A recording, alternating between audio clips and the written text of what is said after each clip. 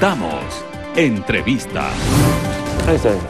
Amigos televidentes, nuestro siguiente invitado es el doctor Luis Fernando Torres, asambleísta por el movimiento Tiempo de Cambio, con quien dialogaremos en los siguientes minutos. Doctor, bienvenido. Bueno, ayer el CAL, para un poco retomar el tema político, el CAL aprobó el juicio político contra el ex procurador. ¿Qué sentido tiene un juicio político en este momento? Gracias por la invitación. El juicio político en contra del ex procurador del Estado, el doctor García, fue tramitado por el Consejo Administrativo de la Legislatura porque el pedido cumplía todos los requisitos formales y existía de por medio el informe favorable de la Unidad de Técnica Legislativa. No tenía otra opción el Consejo Administrativo de la Legislatura. Lo que yo espero es que este juicio, una vez que sea tramitado por la Comisión de Fiscalización, sirva, por ejemplo, para que se analice por qué razón se pagó cerca de 318 millones de dólares por 77 defensas del Estado ecuatoriano en materia de arbitrajes y litigios internacionales. Claro que en esos 318 millones de dólares pagados no está todo el periodo del anterior procurador, porque estos pagos se hicieron desde el año 2005 hasta el año 2017. Pero independientemente de eso, ¿qué efecto tiene un juicio político? Porque en este momento, si es que hay un perjuicio para el Estado, lo que la gente quiere es que se devuelva ese dinero del perjuicio. Claro, el juicio político podría tener efectos mientras no se cumple el año desde que el doctor García dejó de ser tal, porque si pasa el año, cualquier censura ya no tendría el efecto de inhabilitarlo, que sí tiene cuando se sanciona y se censura después de un año de que el funcionario dejó de ser tal. Pero más allá de lo que pase con el ex procurador, lo importante es que se discutan los grandes temas y que tenga el ex procurador la oportunidad también de explicarle al país cuál fue su rol en la defensa del Estado ecuatoriano en varios procesos.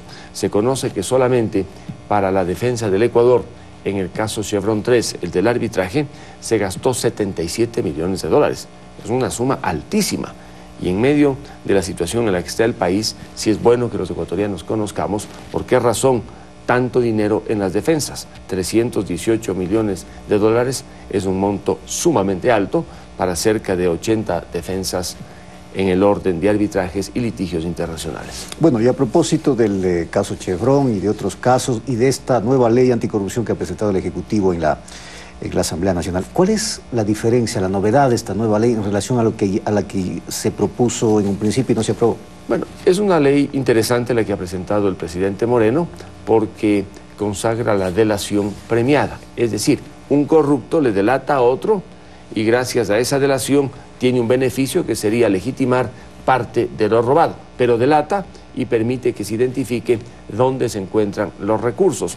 Otros que sin haber cometido delito igualmente tendrán garantías para denunciar. Sin embargo, el proyecto es completamente insuficiente porque no consagra algunos de los poderosos instrumentos que sí estuvieron consagrados en la ley anticorrupción aprobada por unanimidad en la Asamblea y que fue objetada totalmente por el presidente de la República de manera incomprensible, porque si algo podía hacer era un veto parcial a un artículo, pero no a toda la ley, porque el veto total le priva a la ciudadanía de que se pueda contar por parte de fiscales y jueces con poderosos instrumentos para combatir a los corruptos. Pero a la postre, este nuevo proyecto garantiza que se pueda recuperar el dinero robado, porque ese ha sido un tema de debate durante mucho tiempo, o sea, hay que recuperar esa plata. Claro, el nuevo proyecto lo que permite es que a través de la delación se pueda conocer quién tiene la plata y luego vendrá la tarea posterior, esto es, la de quitarle la plata al que tiene la plata. Ahora, si ese dinero, pensemos, está en Bielorrusia, bueno, ¿y cómo viene el dinero? O ya no está. De vuelta, o ya no está.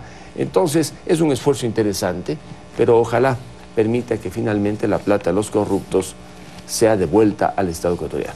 Doctor, a propósito de todas las situaciones que están ocurriendo en la Asamblea Nacional, quiero tocar esta situación del famoso diezmo.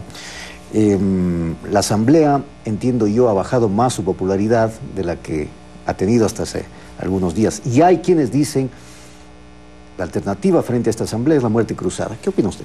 Bueno, sí, la Asamblea ha sido golpeada desde diferentes frentes. El último golpe provino precisamente de estos escándalos alrededor de los... Pero por sus propios errores, desde el propio interior de la Asamblea, no desde afuera. Exagerados en algunos casos. ¿Son exagerados? Claro, exagerados, porque si existen 3 casos en la Fiscalía, otros 3 entiendo que investigándose en los niveles de la Contraloría y unos 4 o 5 más. Estamos hablando de cerca de unos 11 casos y no todos de este periodo, no todos ni siquiera del anterior, porque hay uno que corresponde al año 2010, 2011. Pero esta ha sido una práctica común durante varios años. Mire, yo no he conocido, yo no puedo confirmar que esto haya sido así. Yo llevo algunos periodos en la Asamblea y en el Congreso. Puede haber sido un rumor, pero de los rumores a los hechos existe una gran distancia. Lo que pasa es que se ha magnificado tanto que el golpe ha sido terrible para la Asamblea, porque ahora, en lugar de permitirle a la Asamblea que trate lo importante, la ejecución de la Ley de Fomento Productivo, decía el legislador Celi, que muchos jóvenes no pueden hasta ahora beneficiarse de la remisión de los intereses por préstamos que adquirieron para poder educarse. Esos temas deberíamos discutir. Sin embargo, nos han colocado dentro de un hoyo y cada vez la Asamblea va cayendo en el hoyo y no logra salir. Y hay las condiciones, le decía yo, para el tema de la muerte cruzada, de que se comienza a hablar. Bueno, no es de hoy, pero claro, se comienza a hablar. Cuando nuevamente se debilita la Asamblea, el cuco de la muerte cruzada nuevamente comienza a rondar a la Asamblea Nacional. Una muerte cruzada, ¿a quién le puede convenir? Es la primera pregunta. Una muerte cruzada, ¿qué solución puede dar a un problema de orden político? El presidente podría activar la muerte cruzada, y si lo hace, dependiendo de la causal, debe o no pedir el visto bueno de la Corte Constitucional. Cuando se activa la muerte cruzada, la Asamblea se cierra inmediatamente, pero el presidente se queda en su cargo hasta que se elija un nuevo presidente por el periodo que falta y hasta que se elijan nuevos asambleístas por el periodo que falta. No veo que en este momento existan las circunstancias para una muerte cruzada, pero sí veo que existen las condiciones, las semillas para seguir desgastando a la Asamblea Nacional y que impulsen el desgaste de la Asamblea aquellos que saben que del desgaste de la Asamblea, en cambio, políticamente mantienen alguna vigencia institucional. Pero frente a ello, ¿no era mejor, y frente a esta situación de los cobros indebidos, de asesores, etcétera, no era mejor una autodepuración? ¿No era posible una autodepuración? Sí, es posible una autodepuración, dependiendo del trámite al interior de la Asamblea. Porque la presidenta se ha preguntado, ¿esa autodepuración? Claro, no, ella lo que dijo es que no puede haber una autodepuración ahora si no hay la acusación de un asambleísta a otro. Porque de acuerdo con la Ley Orgánica de la Función Legislativa, si un asambleísta le acusa a otro y le prueba, el asambleísta acusado puede ser despojado de su cargo. Pero si no hay ninguna acusación, es que estamos en medio de fuegos artificiales frente a pistolas de fogueo que hacen ruido pero no causan ningún daño. Entonces no se puede ir a ninguna autodepuración. Entonces yo sí exijo que si algún asambleísta tiene documentos, tiene pruebas contra otro, lo denuncia al interior de la Asamblea, existe el trámite cómo se lo hace, para que el denunciado pueda ser objeto de una sanción e inclusive de perder su condición de legislador. Pero en este momento está el tema en manos de la Contraloría, es decir, ya no se podría denunciar, o un asambleísta no podría denunciar. Bueno, si mientras la Contraloría no tenga pruebas. Ese es el problema. Y con una Contraloría a la que se le ha pedido que examine 6.000 cuentas de 6.000 funcionarios, que son todos aquellos que han trabajado desde el 2013. Imagínese usted la Contraloría examinando cuenta por cuenta, cuando eso no puede hacer la Contraloría. La Contraloría lo que puede es examinar los crecimientos patrimoniales, pero no puede convertirse en perito de fiscal. De allí entonces que hay un serio inconveniente para instrumentar estos pedidos. Es decir, ¿no le ve futuro usted efectivo a este Es que pedido? solo imaginémonos, ¿de dónde va a sacar personal la Contraloría General del Estado para examinar a 6.000 funcionarios?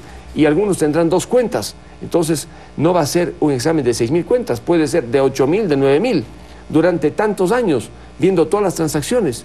Si eso va a ser la Contraloría, simplemente la Contraloría tendrá que dejar otro tipo de tareas y veremos a los corruptos en las grandes áreas tranquilos, porque le tendrán a la Contraloría distraída en un tema hasta cierto punto irrelevante. Doctor, ¿cuándo se separa usted de la Asamblea?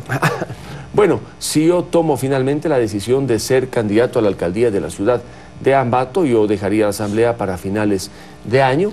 Por ahora existen indicios favorables para que yo pueda ser candidato. ¿Está bien las encuestas? Sí, todas las encuestas me dan la primera opción, pero más allá de lo que dicen las encuestas, veo que hay un ánimo favorable de los ambateños de apoyar una plataforma de cambio que permita hacer de Ambato una ciudad segura, que derrote a la delincuencia, una ciudad productiva, donde existe inversión generadora de empleo y trabajo, y una ciudad sustentable, donde la gente pueda vivir bien, donde pueda movilizarse de un lugar a otro en tiempo corto, en la que se respete la naturaleza, el medio ambiente, y uno, como individuo, como familia o como parte de la sociedad, pueda crecer.